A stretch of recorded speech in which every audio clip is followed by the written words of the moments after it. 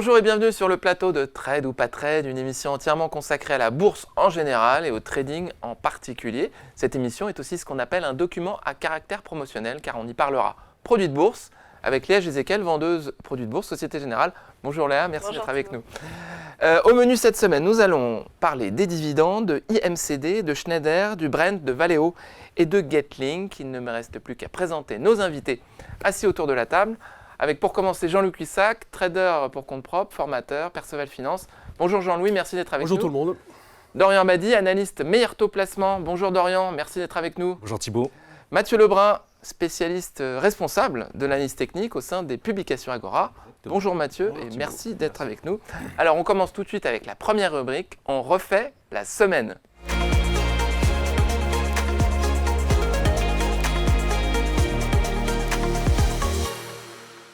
On refait la semaine avec, pour commencer, Dorian Abadi, meilleur taux placement. Vous allez nous parler des dividendes. En mai, c'est la saison des dividendes. Et là, beaucoup de choses à dire sur les dividendes.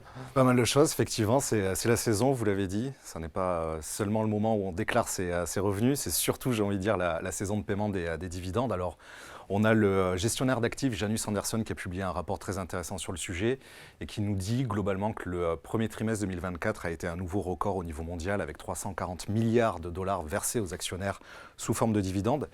Tout le rapport en fait repose sur les 1200... Dans le monde, hein. Dans le monde, en sachant qu'en réalité, c'est 340 milliards.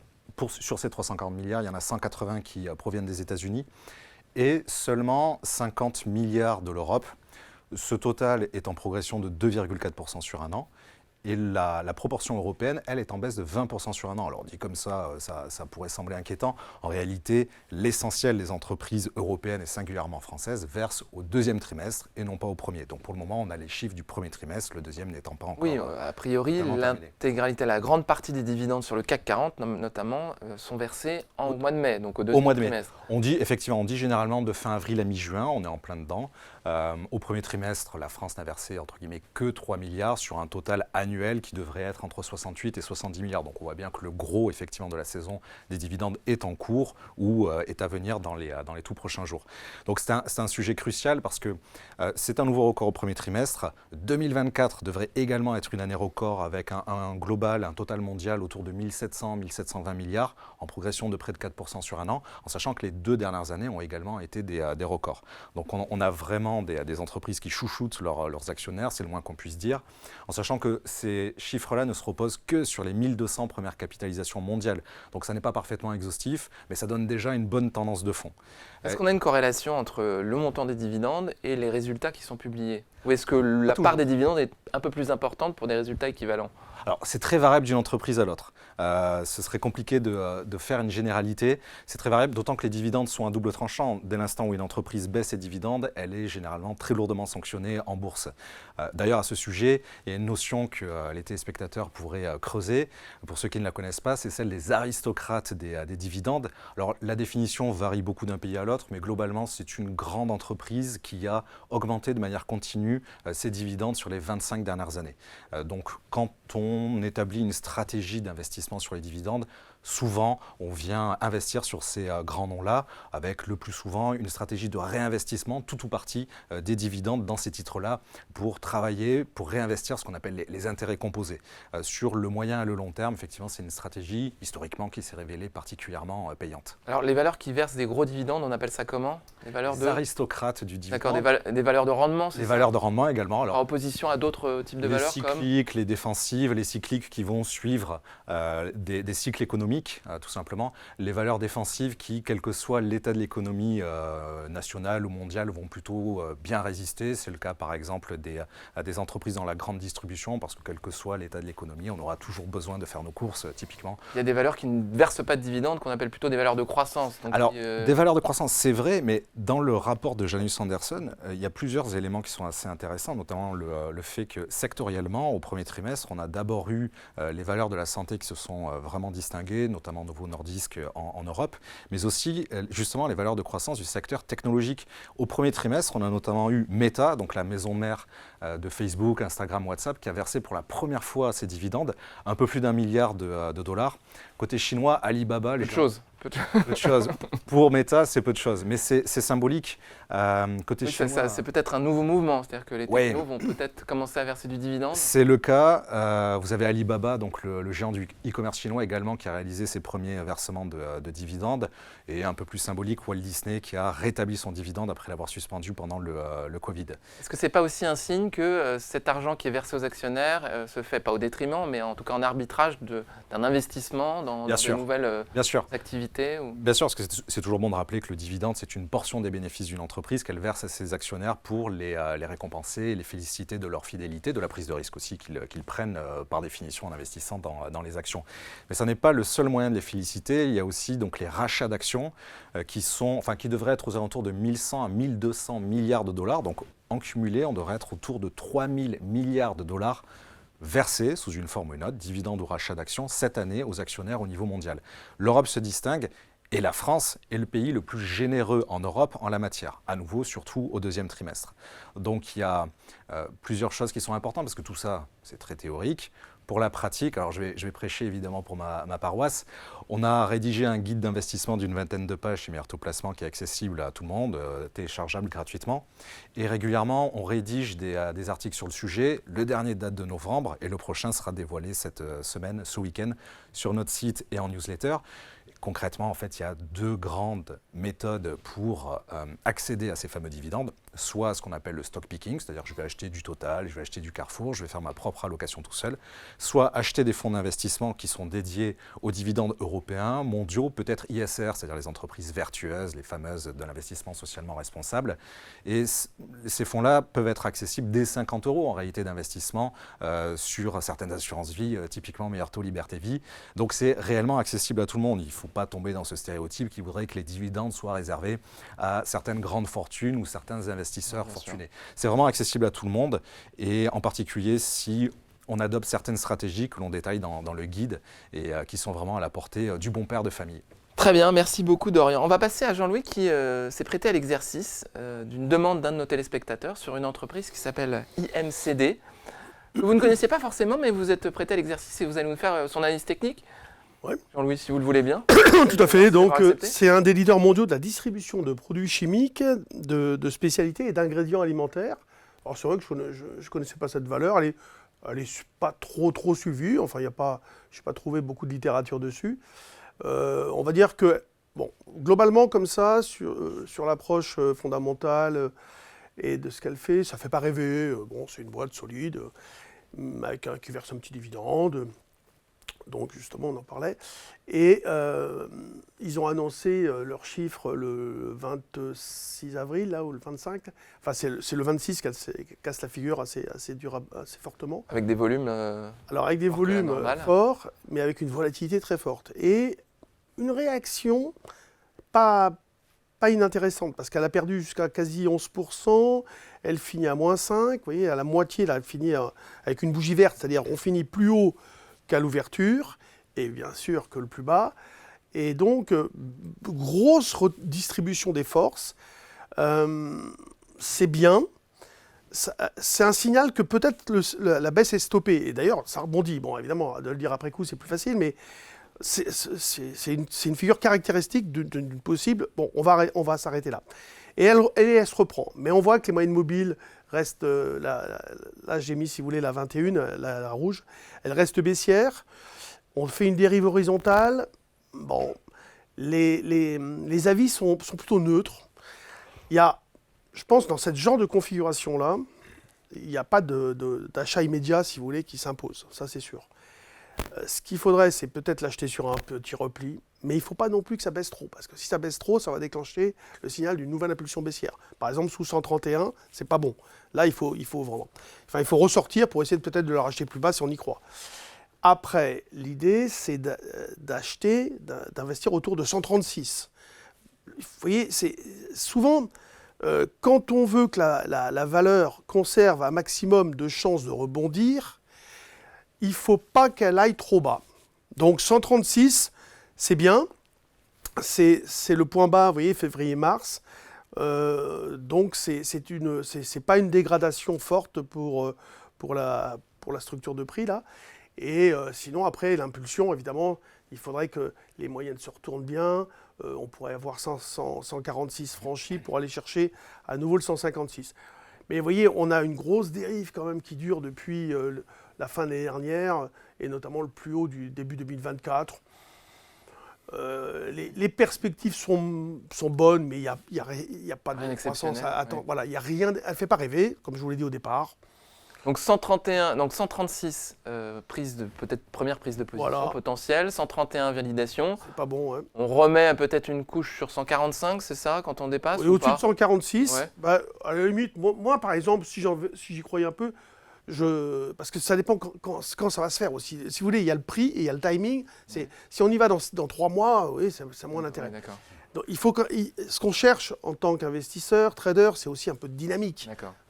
Le temps est important, puisque à ce moment-là, il vaut mieux placer ses liquidités sans risque à un taux d'intérêt. Ah oui, en Il ce faut y moment, penser à ça. on est Il faut y d'accord. penser, c'est important. La comparaison, c'est à quel taux d'intérêt je peux placer mon argent sans risque. Oui. Si c'est pour attendre pendant... Pour avoir 4% sur un an sur un placement risqué, alors qu'on a 4% sur un an. Surtout, sur on les taux aura d'intérêt, c'est vrai que on aura c'est peut-être un plus 4% dans 6 mois, intéressant. et avec la vitesse des mouvements en bourse, ça peut se faire dans la journée, quoi. Oui, bien sûr. Mais on ne sait pas quand est-ce que si ça va avoir lieu. Bon, moyen, quoi, moyen. Et puis après, l'idée, c'est d'aller chercher une vente vers les 155. Parfait. Merci pour cet exercice. J'espère qu'il aura plu à notre téléspectateur. Mathieu Lebrun, vous allez nous parler de Schneider. C'est Exactement. une entreprise qui vous a intéressé cette semaine. Pourquoi Alors, Pourquoi Schneider c'est une entreprise sur laquelle je me suis positionné à la vente. À la vente. Ouais, Très bien. à la vente. Donc en fait, depuis 1 mois et demi, 2 mois, schématiquement, étant donné la neutralité du CAC, je suis plutôt à la recherche de signaux d'essoufflement, de faiblesse pour vendre. Je vous en parle. Ça s'est pas confirmé. Ah, c'est bien, c'est intéressant Donc, et c'est ouais, honnête. voilà, après, Merci Mathieu. voilà, c'est aussi l'idée de montrer. Alors, ce qui est intéressant, enfin, je vais vous raconter exactement ce qui s'est passé. C'est un trade que j'ai pris, que j'ai recommandé dans Agora Trading Lab, mon service. Donc en fait, et ce qui est marrant pour la petite anecdote, c'était je suis rentré en position consécutivement à la dernière émission que j'avais faite sur ce plateau. Donc voilà, c'est pour la petite anecdote en termes de timing. Et donc précisément, c'était sur, vous voyez la petite flèche rouge, en fait, on a eu une structure en avalement baissier qui s'est confirmée en fait le mercredi de la semaine dernière ou d'il y a 2 semaines de mémoire. Donc une bougie rouge qui est plus grande Voilà, qu'une petite c'est-à-dire bougie qu'on a un verte. titre qui couvre dans le vert et qui va clôturer au final dans le rouge. Et, donc ça, c'est des éléments que j'aime assez bien en analyse technique parce que surtout quand on a une progression antérieure, statistiquement, ça marque des zones d'hésitation à court terme, idéalement de top sur plusieurs jours, plusieurs semaines. Là, ça a seulement duré 48 heures schématiquement. Mais ce qui m'intéressait, moi, c'est qu'on avait une conjonction d'éléments. On avait d'une part, vous voyez, le report d'amplitude de l'ancien range. L'ancien range, c'est le rectangle bleuté qu'on voit sur le graphique.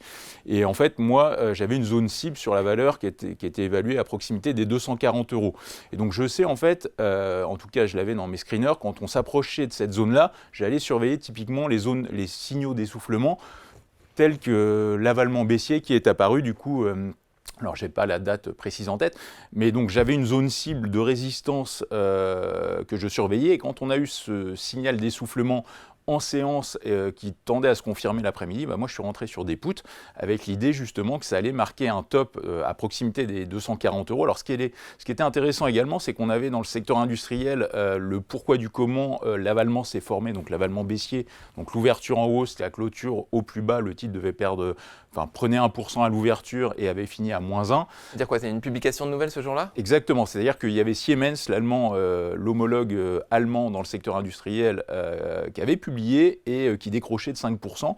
Donc en fait, ce que j'aime bien, c'est justement en termes de prise de position, c'est quand on a un rapprochement dans le côté technique trading et le côté news flow fondamental. C'est-à-dire que quand j'ai un avalement ou un essoufflement sans raison ou sur lequel j'ai pas de news flow fondamental qui viendrait légitimer le signal graphique que je vois, je le tempère un petit peu. Mais pour le coup là, on avait Wall Street qui avait terminé en hausse et le CAC 40 qui restait faible, qui n'allait pas dépasser les 8250 points à l'époque. avec du coup le secteur industriel qui était faible, le DAX notamment aussi avec l'effet Siemens. Donc il y avait vraiment des choses qui me plaisaient bien. Donc ce qui était intéressant, c'est que le vendredi matin, c'était le jeudi la dernière émission précisément, et donc le vendredi en fait la valeur perdait 2%. Alors moi j'étais sur un turbo en levier je crois 4-5, donc j'avais dès le vendredi midi, j'avais sécurisé ce que j'appelle une PBP, donc un plus 10% sur la moitié de ma pause. Comme ça, une PBP, une prise de bénéfice partiel, c'est-à-dire quand j'ai des choses qui vont à 10%. Prise de bénéfice, c'est l'acronyme pour prise de bénéfice partiel. Et donc après, en fait, ce que j'aimais bien, c'est qu'initialement, j'avais un stop à 9% pour ce que j'ai déjà dû vous expliquer dans d'autres émissions sur mon dérivé. L'idée, c'était si le titre devait franchir les 240 € en invalidation. Et derrière, en fait, vu que j'ai eu raison dès le lendemain matin même, j'aime assez bien revendre la moitié de ma position pour en fait conserver un solde et dans le pire des cas qui s'est passé, c'est-à-dire finir en léger gain ou flat, c'est-à-dire à l'équilibre, parce que ma PBP initiale finance le stop sur le solde de ma position, ce qui s'est passé puisque le titre est allé au final et est remonté sur ses sommets. Mais voilà, c'était vraiment pour... Vous êtes sorti ou vous êtes passé? Là, j'en ai plus. Alors, à l'instant T, j'ai des puts DAX, en fait, c'était toujours plus ou moins la même idée. Mais je suis sorti de Schneider, effectivement. Donc pour résumer, vous avez une tendance. Vous répliquez ce range de tendance à la hausse, vous regardez, ça vous définit une zone à 240, vous regardez ce qui se passe, c'est ça. s'il se passe quelque chose sur les 240 en termes de signal technique ou en termes de news flow, et ça génère votre... Avec en même temps le CAC 40 qui était faible, les indices européens qui étaient faibles, donc il y avait vraiment une conjonction d'éléments qui me faisaient être assez convaincu d'une correction. Voilà. Prise de bénéfice partiel parce qu'un gain très rapide, qui sécurise finalement la neutralité de votre position globale si vous vous trompez. Exactement. C'est très clair. Mais l'indication, c'est vrai, est légère, il va le valider, je pense. Il y a deux choses. Il y a l'amplitude des bougies à ce moment-là, donc l'avalement baissier ne tient à pas grand-chose. Et avec les ponts du mois de mai, on a eu des volumes ce mois-ci qui sont ridicules. Famélique. Ouais. Ah oui, famélique. Non, mais moi, j'ai rarement vu ça. Ouais. On est tombé à des 1,8 milliard avec 900... 1,8 milliard par jour sur niveau combien 900 millions. On doit faire minimum, c'est 3 milliards. Ouais, c'est 3 milliards. On faisait souvent 2 et quelques. Quasiment 5. Non, on a eu des volumes extrêmement faibles. Et puis après, c'est vrai que là, je vous dis, la structure d'alerte, elle tient à pas grand-chose. C'est ça qui est toujours un peu gênant. Et avec les carnets d'ordre sont quand même assez vides. Et il y a une volatilité de la liquidité qui est très importante parce que personne n'a vraiment de conviction. On a des marchés qui sont à bout de souffle, manque d'idées, on se dit mais quel pourrait être le prochain catalyseur. C'est à la fois les ponts de mai, mais aussi peut-être pas beaucoup d'informations, d'incertitudes. Il y a beaucoup de choses qui vont dans le même sens et qui font que les investisseurs ils sont pas inquiets. De toute façon, on a tout vu, tout connu là, ces derniers mois, y compris 4 baisses des taux, ensuite même une hausse. Maintenant, ça va être, on ne sait plus, une baisse, mais pas loin des 4. Et n'empêche que le marché américain il est toujours plus haut. Donc voilà, mais c'est un manque de visibilité sur un catalyseur et de conviction pour investir sur ces niveaux de marché. Très bien. Vous voulez rajouter quelque chose, Dorian ? On attend aussi les prochaines échéances. Déjà ce vendredi avec les chiffres de l'inflation tant attendus. États-Unis. Jeudi prochain, première baisse des taux européens, très attendue également. Ça, c'est votre pronostic, c'est le consensus. Je pense que je ne prends pas trop de risques en l'annonçant. Le vrai sujet, c'est savoir si derrière on en a une deuxième en juillet ou s'il faudra attendre septembre. Alors, vous allez voir que vendredi, il y aura du volume. Oui. Non pas parce que en fait, la voile implicite sur les options de vendredi, elle est très faible. Moi, ça m'a surpris. Je me suis dit, tiens, il n'y a même pas de hausse de vol. L'échéance journalière de vendredi, la volatilité est très faible. Alors, pour les États-Unis, normalement, il y a un pic de vol, si vous voulez, par rapport à... En fin de semaine, on était tombé à 9,5 là, de vol comme ça, sur des options à la monnaie. Non, ce qu'il y a le 31, ce qui va monter le volume, c'est tous les ajustements sur les fonds, sur tous les portefeuilles de fin de mois, sur les indices. Il y a parfois les indices à MSCI aussi qui... Tout un tas de... Fin de mois, plus publication. Donc, normalement, vendredi, on devrait avoir un volume nettement supérieur. Même, moi, j'ai presque envie de prendre un pari, de dire... Pourquoi pas plus de 5 milliards, c'est possible. D'accord, on le note et puis on en reparlera. On va regarder. Dans 15 jours. Merci beaucoup Jean-Louis, merci Dorian, merci Mathieu. On va passer à la prochaine rubrique, le Zoom sur.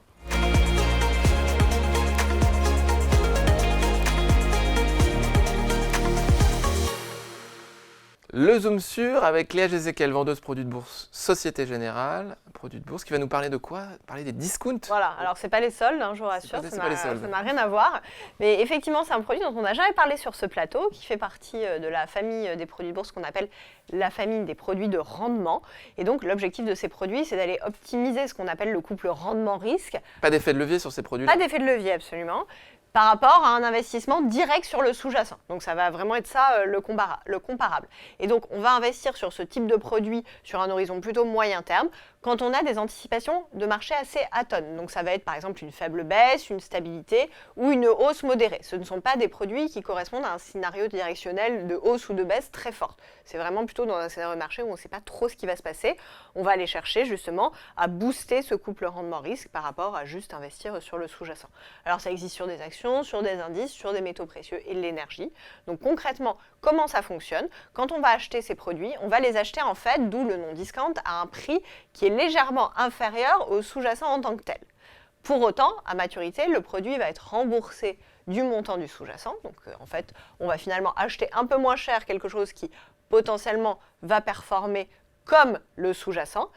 Donc le prix à payer pour ce discount, ça va être que la performance va être capée. C'est-à-dire qu'on va profiter de la hausse du sous-jacent jusqu'à un certain seuil. Prenons un exemple. Si une action vaut 50, le discount va valoir, je raconte n'importe quoi, mais 48 ou 45. Et à maturité, si l'action vaut 50, le produit vaudra 50 aussi. Exactement. D'accord. Donc même en cas de stabilité, là, comme dans votre scénario, on va quand même avoir gagné 2. Par contre, si jamais, par exemple, sur ce produit hypothétique, le cap était à 55 et que le sous-jacent finissait à 56, vous ne serez remboursé que de 55. D'accord, c'est très Voilà. clair. Donc à chaque avantage, un inconvénient lié, et ce sont bien sûr des produits qui présentent un risque de perte du capital. Évidemment, si l'action descend à 40, on subit la perte en capital. Exactement. On est remboursé au niveau Voilà. de Sauf l'action. que les 2 de discount du début vous permettent d'avoir un coussin de sécurité. Vous aurez perdu moins que si vous aviez acheté Voilà, l'action en exactement. direct. C'est-à-dire- Ça ne donne pas droit au dividende. Oui. En fait, l'achat à 48 est un engagement ferme. C'est ça? C'est-à-dire qu'on est, C'est-à-dire qu'aujourd'hui, l'investisseur, au lieu de payer 50 le sous-jacent, va paye le payer 48. il le paye. Il le Voilà. paiera, Oui, il le paye. Il le paye C'est à la l'investissement, C'est c'est ça, le ouais. montant de la prime investie par Ouais, non, l'investisseur. très bien. Voilà. Merci beaucoup Léa Jézéquel pour cette intervention et notre explication, une explication sur les discounts. Et maintenant, on va passer à la rubrique le coup de cœur des traders.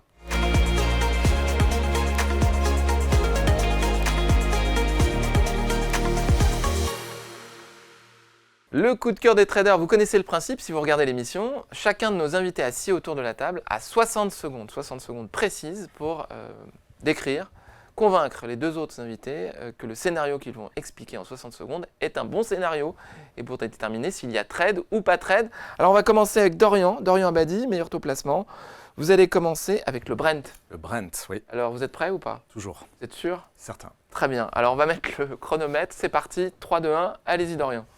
Jeudi dernier, donc, on a émis une recommandation à l'achat sur le pétrole de la mer du Nord auprès de notre communauté. Concrètement, donc, on a acheté le baril à 82 $. Ce matin, on est sensiblement au-dessus de ce niveau-là, légèrement au-dessus de ce niveau-là. En réalité, on est rentré un tout petit peu en dessous, un stop loss à 77,20 et surtout un objectif à 86,81. Ça dégage 6% de potentiel de hausse qu'on a amplifié avec un effet de levier de 2 pour arriver à 12% avec un turbocall Société Générale. Et très concrètement, en fait, on vient viser la résistance la plus proche. On est venu buter sur un niveau bas, un support très intéressant pour acheter à bon compte le pétrole. On table sur une demande plus forte à l'été, notamment au niveau des États-Unis. On a d'ailleurs la réunion de l'OPEP+, qui va se tenir le 2 juin prochain. Et voilà, techniquement, un bon niveau de rachat, une résistance à viser et un potentiel intéressant. Voilà. Merci beaucoup Dorian. Alors Jean-Louis, Mathieu, trade ou pas trade? Jean-Louis, vous êtes favorable. Mathieu, vous n'êtes pas favorable. Allez-y, vous avez la parole. Alors comme Dorian le disait, il y a l'ALEA du coup dimanche prochain là, de la réunion. Après moi techniquement j'aime pas en fait l'absence de réaction au-delà des 84-85 $. C'est-à-dire que moi je l'avais acheté pas mal de fois et je m'attendais à chaque fois ce niveau des 84-85 $ avait tenu. Vous voyez, c'est le niveau horizontal, c'est en fait ce qu'on appelle une zone de polarité. Donc en fait quand on la dépasse, elle doit normalement servir de soutien.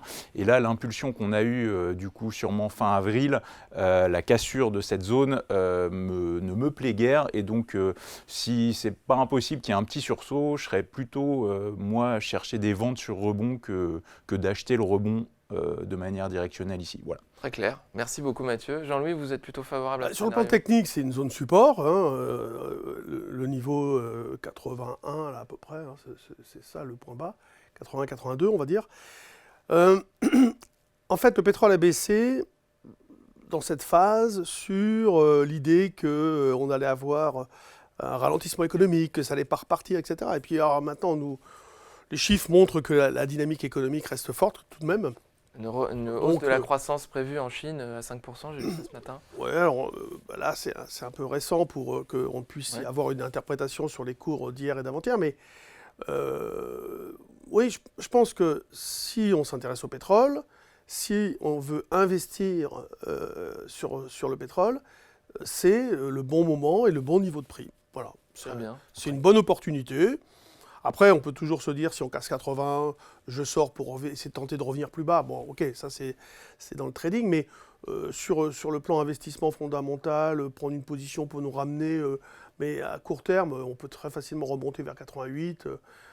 Voilà, Donc à ma droite, j'ai des gens qui achètent plutôt sur 81 et à ma gauche, j'ai quelqu'un qui vend Ouais. plutôt à 85. Donc C'est on peut ça, peut-être ouais. vous mettre d'accord. Hein. Bah après, il y a l'aléa géopolitique aussi, Voilà. parce que ça a rebondi avec Israël, etc. Et donc, entre l'Israël et l'OPEP dimanche, voilà, moi, c'est trop binaire pour moi, on va dire. Très bien, c'est très clair. Merci beaucoup Dorian pour ce pitch. Pas de droit de réponse. Ah ben pardon, allez-y. Allez-y, droit de Non, réponse évidemment. Qu'est-ce que vous répondriez à Mathieu? Alors, effectivement, on a émis beaucoup de recommandations par le passé à l'achat sur le pétrole lorsqu'on était en dessous des 80. Oui. Aujourd'hui, on attendait avec impatience de revenir sur ce niveau-là, inférieur à 80. On ne l'a pas eu et on a identifié ce niveau de support supérieur aux 80.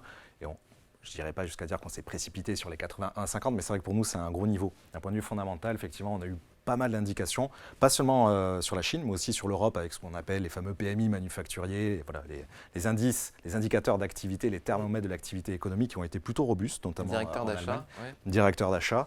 Et surtout, le gros point fondamental, c'est une demande croissante américaine pour cet été. C'est ça qu'on attend. Alors on rappelle pourquoi l'été, pourquoi les États-Unis, c'est la saison des grands voyages. Les gens prennent leur voiture, Exactement. ils font le plein et ils traversent les États-Unis. C'est ça. Hein. C'est exactement ça. Et on pense que raisonnablement, on peut aller chercher cet objectif légèrement inférieur au 87, en sachant que toutes nos opérations de court terme ont un horizon d'investissement de 1 mois. Donc si dans 1 mois, l'objectif n'est pas atteint, de toute façon, on clôturera l'opération certainement légèrement au-dessus du point d'entrée. Parfait, merci Dorian, c'est très clair. Vous aviez raison d'insister sur le droit de réponse. Vous avez ajouté des choses très intéressantes. On va passer à Jean-Louis. Jean-Louis Valéo. Vous êtes prêt, Jean-Louis? Oui. Toujours prêt, Jean-Louis. On va mettre le chronomètre. C'est parti. 3, 2, 1.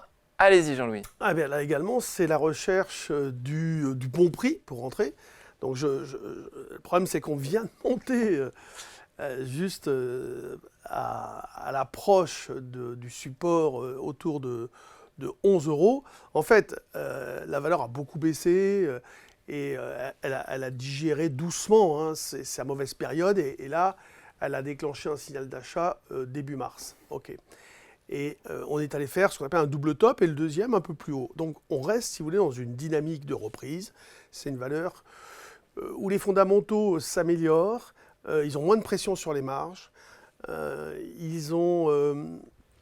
les analystes prévoient un dividende en forte augmentation pour 2025. On pourra approcher les 7-8. Donc je pense que c'est un bon niveau de prix pour s'intéresser et investir dans Valeo. 7-8%, pas 7-8 €, évidemment. Alors, Mathieu Lebrun, Dorian Abadi, qu'est-ce que vous en pensez? Aujourd'hui, vous êtes taquin, Mathieu. Je savais. je m'attendais à ce- Allez-y, je vous en prie. Allez-y, non, mais c'est ce qu'on veut. Non, du coup, moi, c'est vrai que dans le secteur, on a un secteur automobile, à part des choses comme Renault peut-être, qui surperforment. C'est vrai que Valeo et tous les plastiques Omnium, ça a changé de nom, et voilà. Tout ce segment-là reste très faible, et étant donné le niveau du marché, je ne suis pas convaincu qu'on repasse les 13 € là, pendant le printemps. Donc, Vous pensez que les clients de Valeo ne sont pas... non, après, c'est vraiment le constat d'un titre vraiment faible où on a eu des rattrapages depuis plusieurs semaines sur des small et mid cap. Valeo, on n'a pas tellement profité et voilà, j'ai du mal à me dire que ça va être, en termes de saisonnalité, en plus, il Il y a le côté sell in May and go away, où pour le coup, statistiquement, ce n'est pas les meilleurs timings pour investir. Donc, Ou en mai, vous partez en vacances, vous revenez en septembre? Schématiquement, c'est un peu l'idée. Je fais du livret A et voilà. Non, voilà. Après, moi, je passe mon tour sur Valeo. Très bien. Dorian, vous êtes plutôt favorable? Plutôt, alors c'est vrai qu'il y a le risque fondamental, effectivement, le secteur automobile européen n'est pas au mieux de sa forme, encore qu'on a quelques champions, Stellantis en particulier. Bon, si le scénario c'est d'avoir ce qu'on appelle un risk-reward serré, c'est-à-dire d'avoir un stop légèrement en dessous des 11, un take profit sous les 13, pourquoi pas? Il y a effectivement une configuration technique exploitable, intéressante. Jean-Louis avait présenté un peu le même type de scénario il y a un mois sur Alstom. C'est exactement ce genre de configuration que l'on vient chercher, c'est-à-dire acheter. Plutôt en réussite d'ailleurs sur le scénario. Oui, pour le coup, oui, parce que l'augmentation de capital a été beaucoup moins dilutive que prévu. Bon, il n'y a pas cette épée de Damoclès dans le cas de Valeo, mais c'est un peu ce genre de configuration que l'on vient tout de même chercher. Mais à nouveau, vraiment sur du court terme, parce qu'il me semble que c'est tout l'objectif de cette rubrique-là. Voilà. Très bien. Jean-Louis, un droit de réponse par rapport à ce que dit Mathieu? En fait, moi, ce que je vois, c'est que le consensus s'améliore. Ce que je recherche, si vous voulez, c'est à des niveaux de marché à 8000, c'est compliqué de trouver des opportunités. C'est sûr que le secteur n'est pas en forme, mais s'il était en forme, on ne serait pas à 11, évidemment, ça c'est évident. Donc, moi, ce que je cherche, c'est des valeurs qui, en effet, font l'objet d'un consensus en amélioration. Ça, c'est important quand même. Est-ce que ça fait suite à une publication de résultats qui a été meilleure qu'attendue ou pas? Est-ce qu'on est dans le post-earning drift dont vous parliez l'autre jour? Justement, grosse transmission de pensée. Les perspectives, si vous voulez, les objectifs de cours de ceux qui suivent la valeur sont au-dessus de 20, vous voyez, par exemple. D'accord. Potentiellement. Donc, il y a une marge de progression qui peut être considérable. Il y a un rendement qui va nous amener un parachute et qui est déjà un rendement important. qui va nous amener un parachute, donc une espèce de protection parce que le rendement est assez élevé. Il est déjà assez élevé. Les dividendes ont été versés ou non? Ils vont être versés? On n'a pas l'information. Sur les perspectives 2025. 5, Ah oui, parce que le dividende va augmenter l'année prochaine. Ouais. Et je pense que, vous voyez, elle a beaucoup baissé cette valeur. C'est vrai que j'aurais pu mettre le graphique partant de plus loin, mais on aurait moins pu zoomer. Donc c'est pour moi un retournement potentiel qui peut nous amener sur des objectifs de prix très élevés. Parfait. Merci beaucoup, Jean-Louis Cussac. On va passer à Mathieu Lebrun. Vos 60 secondes à vous. Je vais essayer vous allez mettre tout le monde d'accord. À mon avis, ça m'étonnerait. Mon petit doigt me dit que vos deux camarades vont se venger. On va mettre le chronomètre. Mathieu Lebrun, responsable d'analyse technique aux publications Agora. 3, 2, 1, c'est parti. Alors moi, effectivement, comme le disait Jean-Louis, je suis à la recherche de... Le premier constat, c'est que ce n'est pas forcément facile de trouver quoi acheter sur les niveaux de prix actuels. Donc là, je suis sur Getlink, c'est l'ex-Eurotunnel. Ce que j'aime bien, justement, ce que vous avez évoqué, Thibaut, c'est le côté post-earning drift, où, comme on le voit là, avec la petite flèche rouge et le petit rectangle bleuté, on avait un titre qui avait bien réagi sur sa publication. Ça, vous commencez à me connaître. C'est des choses que moi, j'aime bien, contrairement un petit peu par rapport à ce qu'avait dit Jean-Louis sur IMCD, là, où pour le coup, moi, il y avait eu un gros gap avec des gros volumes, sûrement post-publication. Donc ça, c'est vraiment des choses que moi, j'évite. Et donc, dans le cas de Getlink, on est sur un titre en tendance haussière. Schématiquement, c'est pas du Valeo, c'est-à-dire qu'on n'a pas un reward, à mon sens, de 40 ou 50%, mais je ne serais pas étonné qu'il y ait une petite dérive haussière. En plus, on a effage au capital, donc un petit joker capitalistique, voilà, et un business plus défensif que des Schneider. Merci beaucoup, Mathieu. En 2 mots, post-earning drift, après la publication des résultats, les analystes revoient leurs analyses et leurs objectifs de cours et ne publient pas ces informations en même temps. Donc petit à petit, on a une publication d'un analyste qui dit qu'il relève son cours, etc. Et successivement, au fur et à mesure qu'ils mettent à jour leurs analyses, eh bien donc ça bénéficie, ces publications plutôt positives, en cas de résultats positifs, bénéficient dans les semaines ou les jours qui viennent au titre. C'est bien ça? J'ai rien à rajouter. Ah bah écoutez, merci beaucoup. Messieurs, trade ou pas trade? Petit oui, on va dire. Alors trade ou pas trade? Allez, très bien. Alors Jean-Louis, vous êtes contre? Ah, la vengeance. Non, mais pas content de mon argument. En fait, c'est ça. Sur le plan fondamental, ok, la valeur est plutôt recommandée, bon, il n'y a pas de problème. Mais sur le plan technique, j'ai envie de dire, il y a 50-50. C'est ça. C'est vraiment, dans une distribution de prix comme celle-ci, bon, ben, on est au milieu d'un canal, on va dire, Donc c'est vraiment 50-50, c'est-à-dire que on a autant de probabilité d'aller chercher en effet le haut de la zone que d'aller chercher le bas. Donc si vous voulez, pour moi, c'est typiquement, on n'y va pas. Parce que même si on a envie, c'est basé sur quelle approche? Une approche qui nous dit rien. Donc on serait à la limite vers 15. Non mais on serait vers 15 par exemple. Je pourrais me raccrocher, et c'est le but d'un trader, notamment d'une approche technique, je me rapproche de quelque chose où là j'ai une ligne support que je vais pouvoir exploiter avec peut-être donc un achat au-dessus, une vente stop en dessous, mais là on est au milieu. Donc vous n'êtes pas d'accord, pas trade. Je n'achète pas. Ici. Il y a mieux à faire ailleurs. Valéo Très bien. par exemple. On se souvient de cette phrase. Il y a mieux à faire ailleurs. Ouais. Dorian. Effectivement, je partage la critique sur le 50-50 pour le dire autrement et reprendre le propos sur Valeo. C'est clair que là, le risk-reward est clairement pas idéal. On risque de perdre plus d'argent que le potentiel de gain. Donc, c'est pas optimal. Petit oui avec du coup un faible Alors, quels sont volume. les arguments positifs, Dorian? Il y a malgré tout ce potentiel. Moi, ce que j'aime Au-delà de la sympathie que vous avez pour Mathieu. Ce que j'aime beaucoup avoir, et c'est le cas du scénario ici, c'est un objectif qui a déjà été atteint. C'est le cas dans ce range-là. Je trouve qu'il est bien tracé. Finalement, le take profit nous permet de revenir sur les plus hauts de novembre, décembre 2023. Pourquoi pas? Mais avec de très faibles volumes. Effectivement, je pense là aussi qu'il y a certainement mieux à faire ailleurs. Mais je ne me verrais pas radicalement dire non, c'est sûr, il ne faut pas y aller. Une petite chance. D'où le 50-50. Mathieu, c'est parti, droit de réponse. Pour moi, c'est pas du 50-50 parce que pour le coup, on est en tendance haussière. Donc effectivement, l'idée, c'est quand on est en tendance haussière, on n'est pas sur du 50-50. C'est que schématiquement, pour faire simple, si vous achetez au milieu d'une tendance haussière, vous n'êtes pas à 50-50, vous avez plus de chances d'avoir un titre qui va continuer à relancer à la hausse que l'inverse.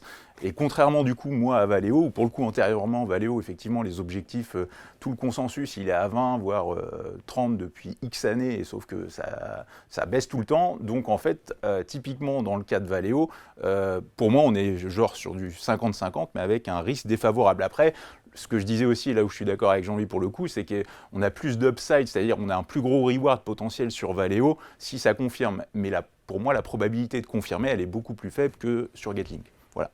Très bien, merci. Sceptique, Jean-Louis? On va pas vous faire rebondir pendant 2 heures. Non, mais j'ai l'impression Dernier que acheter, c'est comment dire, on prend ses rêves pour les réalités, quoi. J'ai l'impression qu'on a envie d'y croire.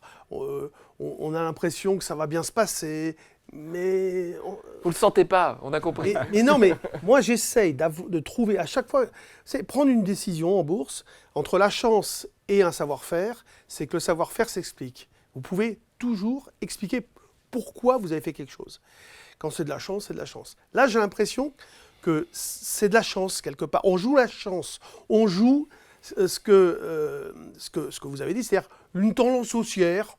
Mais la tendance haussière, à 16, on y était déjà il y a des mois. Oui, en fait, on dérive légèrement vers le haut, mais ce n'est pas non plus une tendance très forte. C'est très clair. Merci beaucoup. On va passer maintenant à la rubrique suivante, le quiz.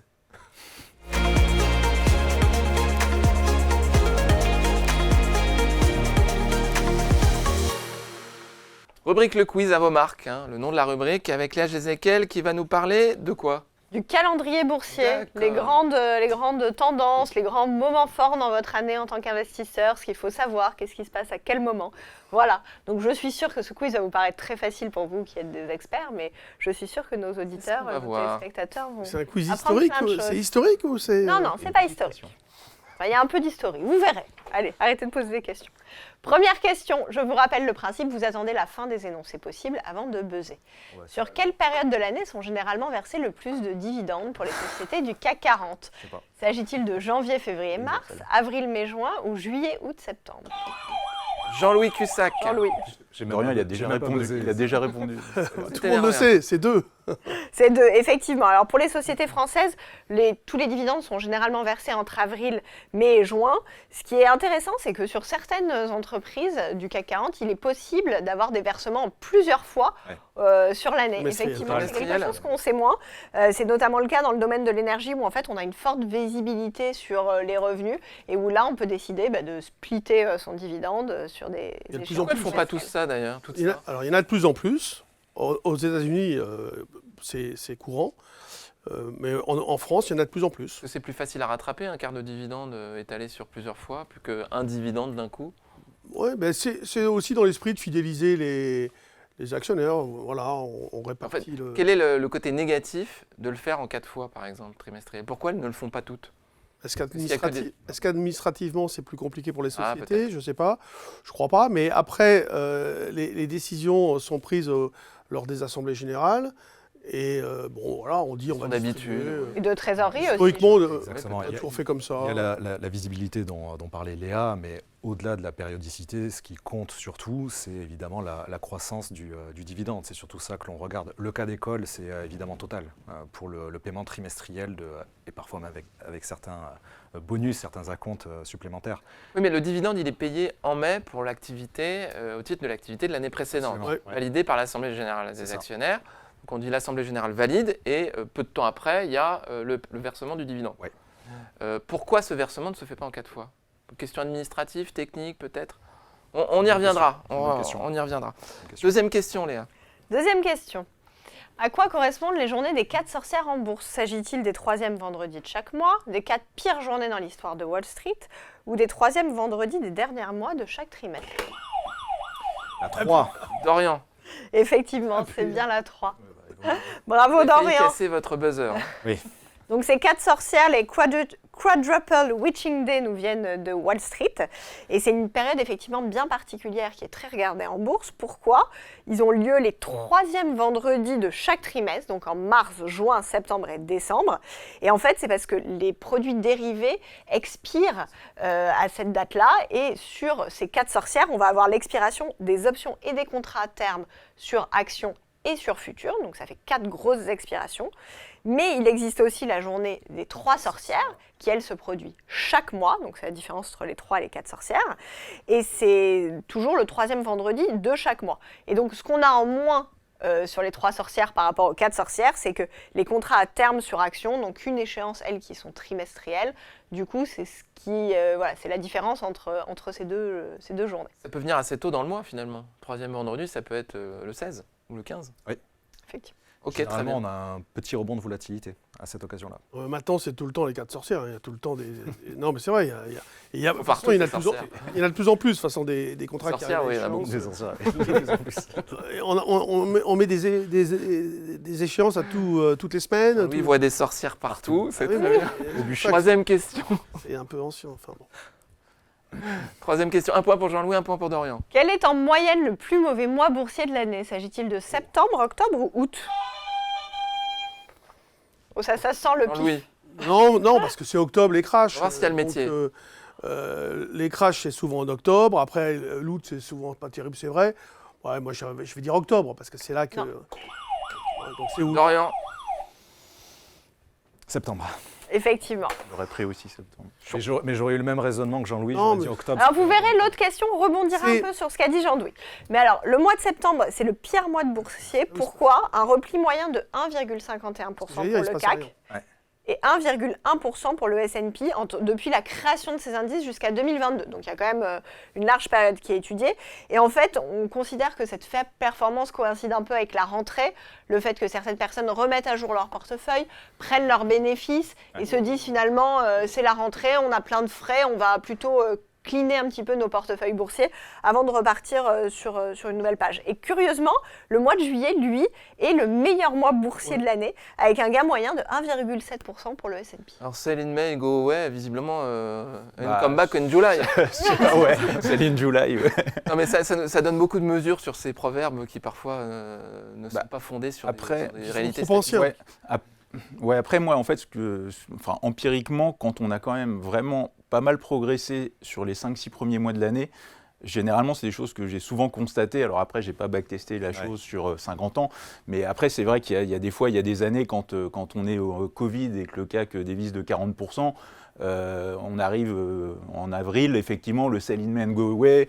Il y a peu de chance. Enfin, voilà, ça n'a pas de sens. Tout ça pour dire, il y a des contextes variants, on va dire. Oui. Après, sur les martingales n'existent pas en l'idée du bourse. plus mauvais mois boursier, c'est septembre, c'est le mois où il ne se passe rien. Donc, est-ce que c'est ça le plus mauvais mois, ou est-ce que c'est un mois où la volatilité est parfois extrêmement perturbante, comme en octobre, justement, où on a eu des crashs historiques à plusieurs reprises, parfois des volatilités très importantes, avec donc, entre guillemets, des drawdowns pour les portefeuilles extrêmement forts, même si à la fin, ça peut bien finir, si vous voulez. Mais voilà, le plus mauvais mois, ça dépend des traders aussi. C'est-à-dire que c'est vrai qu'au mois de septembre, quand il ne se passe rien, pour un trader actif, c'est un mauvais mois. Ça fait partie des 4 mois où il n'y a pas de publication de donc résultats. c'est- Mars, c'est- juin, septembre, décembre, il n'y a pas de publication. Ouais. Donc c'est des mois peut-être un peu Puis plus calmes en septembre, termes c'est de un volatilité. mois, si vous voulez, de rentrée. Alors les sociétés de gestion font des réunions, ils prennent leur temps, ils réorganisent un peu les choses, ils disent voilà, stratégie. les portefeuilles, comment on va travailler la fin de l'année, etc. quoi. 2 points pour Dorian, 1 point pour Jean-Louis, 0 pour Mathieu. Mathieu, vous avez encore le votre moment. chance, c'est parti. 4. Deuxième question. Qu'est-ce que le October Effect? Voilà, on en vient après avoir fait septembre, on en vient à octobre. Est-ce la tendance des investisseurs à spéculer à la hausse au cours de ce mois, l'idée que le marché est le moins performant sur ce mois de l'année, ou un montant de dividende moyen plus élevé au cours de ce mois? La 2. Oui, bravo Dorian, effectivement. Alors l'effet octobre, ça fait D'où la réponse de référence Jean-Louis. justement Ah oui. à la croyance selon laquelle les marchés ont tendance à baisser au cours du mois d'octobre. Pourquoi?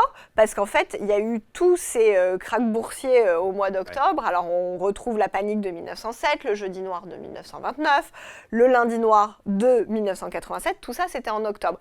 Mais si on regarde les faits, c'est plus une croyance qu'une réalité, puisqu'en fait, on a fait une étude et que l'indice S&P, en octobre, a connu le plus de variations de 1% au plus qu'au cours de n'importe quel autre mois de l'histoire.